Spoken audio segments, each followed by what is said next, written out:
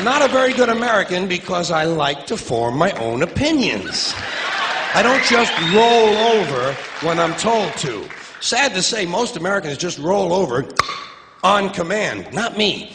I have certain rules I live by. My first rule, I don't believe anything the government tells me.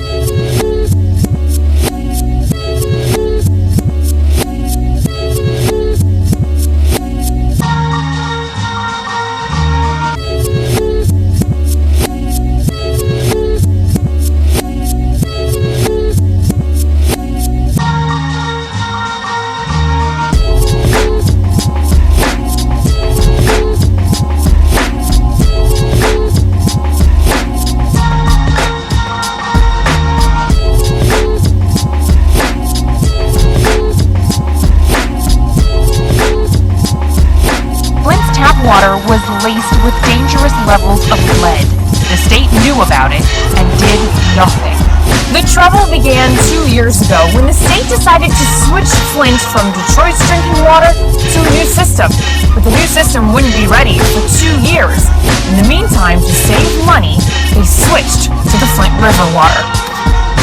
That first decision turned out to be a mistake, as did nearly every step the state took after it. Michigan's Department of Environmental Quality shoulders much of the blame, what a preliminary task force report calls an abysmal public response. At the time, the state agency told Flint it didn't have to add an anti-corrosive agent to the water, saying it was not necessary until 2 6-month monitoring periods had been conducted. In other words, they were willing to wait a year to see whether the water was safe. All the while, highly corrosive river water flowed through the city's lead pipes, leaching lead and other dangerous metals into the water supply, and what came out of the tap in many homes was toxic. This crisis began in the spring of 2013 when the Flint City Council voted 7-1 to buy water from the Carlin Water Authority. End of quote. Mr. Craig, do you agree with Governor Snyder's statement? No, I'm not finished. Just hold on. I'm not finished.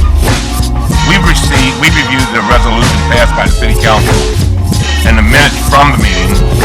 At no point during the meeting did the City Council vote to allow the Flint River to be used for drinking water. Isn't that correct, Mr. Spring? I haven't reviewed those personally, but that's my understanding. The Flint City Council had no power to actually enact any laws for the community. Everything went through the emergency manager, end of quote, who was appointed by the governor. He also says this, and I quote, this is what he said: it was the emergency manager, Ed Kurtz, who made the decision to use the Flint River as a primary source of drinking water for the city of Flint. Mr. Craig, are you aware of Mr. Kurtz's actions? No, sir. I was not in the seat at the time.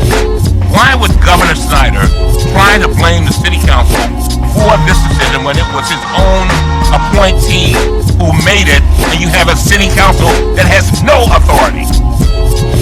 There's something wrong with that.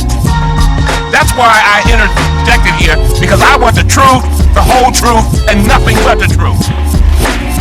Now, let me ask you, I'm not finished. Do you have any reason to believe that Mr. Neely is not telling the truth? I have no reason to believe. Based on the evidence, it seems that Governor Snyder was trying to blame the city of Flint for actions of his own appointee.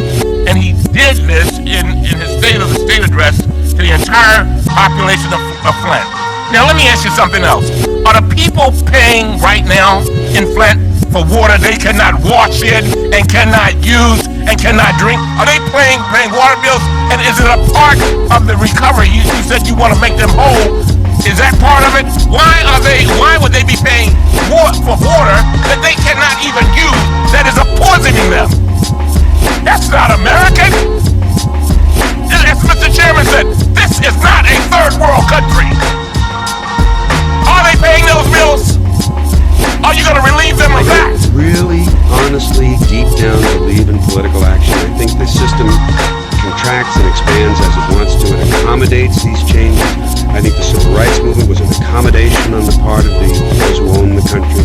I think they see where their self-interest lies. They see a certain amount of freedom seems good, the illusion of liberty. Give these people a voting day every year so that they'll have the illusion of meaningless choice. Meaningless choice, that we go like slaves and say, "Oh, I voted." The limits of debate in this country are established before the debate even begins, and everyone else is marginalized. They're made to seem either to be communists or some sort of disloyal person, a kook, there's a word, and now it's conspiracy. Say they've made that something that should not be even entertained for a minute, that powerful people might get together and have a plan. Doesn't happen. You're a kook. You're a conspiracy buff. So, the only way you cure that, death, bloodshed. I don't advocate it, but I see that it's really the only answer.